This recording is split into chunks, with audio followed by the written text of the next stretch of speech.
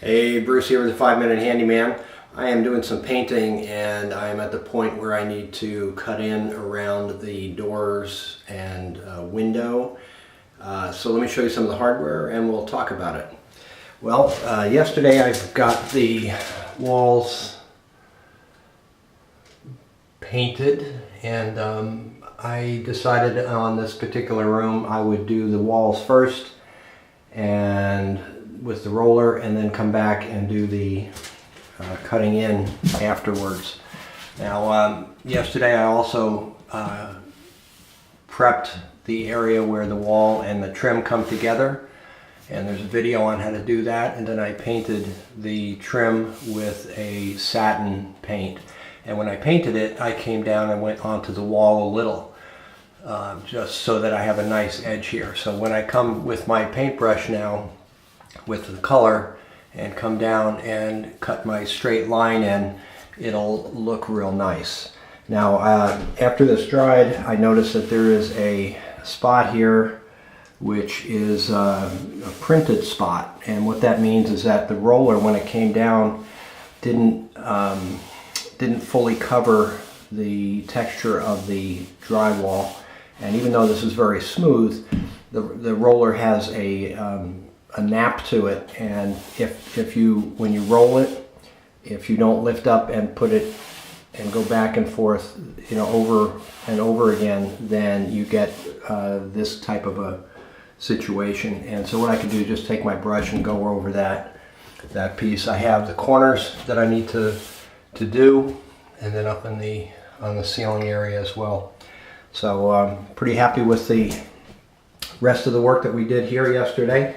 I need another coat of white on the door jamb, and we'll get this room finished up. So I want to show you how I am kind to my paint cans as I pour from my can into the cup that I'm going to use. So what I want to do is I want to have a brush handy. I'm going to open up my can of paint, and this room is not going to take this whole gallon of paint, and so I'm going to need to keep this, and I want to show you how I clean off the top of the can prior to putting the lid back on. I can't tell you how many paint cans at clients' houses that I've used where it's been all just gooked up and the paint gets dried out because they didn't clean out the rim of the paint can. So what I'll do is, and I like to not pour it from the back of the can because there's all this writing and it tells me some important information. The only thing that's on the front of the can here is it tells me whether it is a satin, gloss, the type of paint. So I always pour from the front, and what I will do is pour some in my cup and get that to stop dripping. And what I'll do is take my brush and wipe it off. Now, the thing that I need to do here is, you could see all of the paint that's on the rim.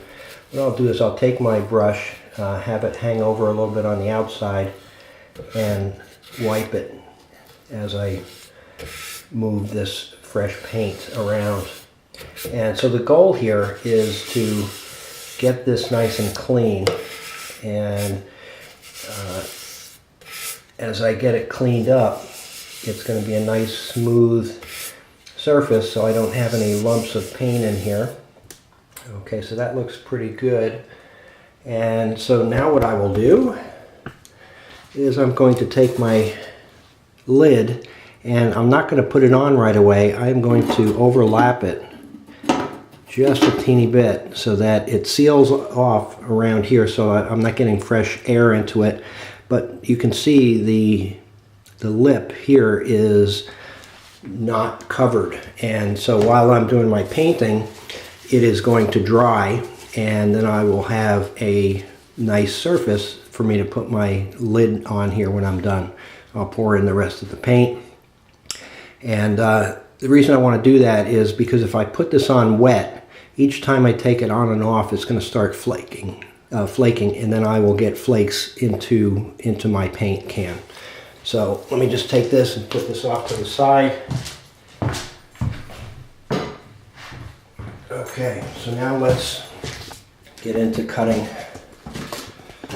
along this edge. And really the whole trick with cutting in with paint is to make sure that we're using our large joints. Okay, so our shoulder and our elbow. We don't want to use our wrist or our fingers, okay, especially with doing this kind of painting. And so and what I mean by using our large joints is if I'm doing this, then I get too much of a radius and I don't get a straight line. So what I'm going to do is I'm going to get paint on my brush, and then I'm going to tap it on the sides of my can. And what that does is that loads my bristles. And I don't want to wipe it, I just want to tap it, because that gives me the most amount of paint that's going to stay in those bristles. So now, as I cut down on my line, what I'm going to do is I'm going to start over on the side, and I will bring it over here, and then I'm going to just go straight down. Okay, and then come back out, and then I will come back and fill in the rest of the line here. Now at the bottom, I'm going to want to go up, and so what I'll do is I'll again come in and then just go straight up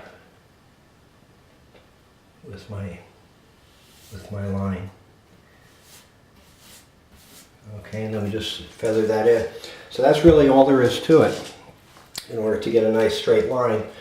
So I'll do that around the door. And then what I will do in the corners here is, so I've got a couple of white specks here. And so what I'll do is I'm just going to go in the corner. Okay, and I'll do that in all the corners just to make sure I have good coverage. And like over here, we've got some of the primer showing through. All right, so that's all there is to it. So I'll just go ahead and finish that part of it up, and we'll be good to go. So thanks for watching. I'd love to have you subscribe to my channel. And if there's other painting things that you'd like to know how to do, please leave me some comments. Thanks for watching.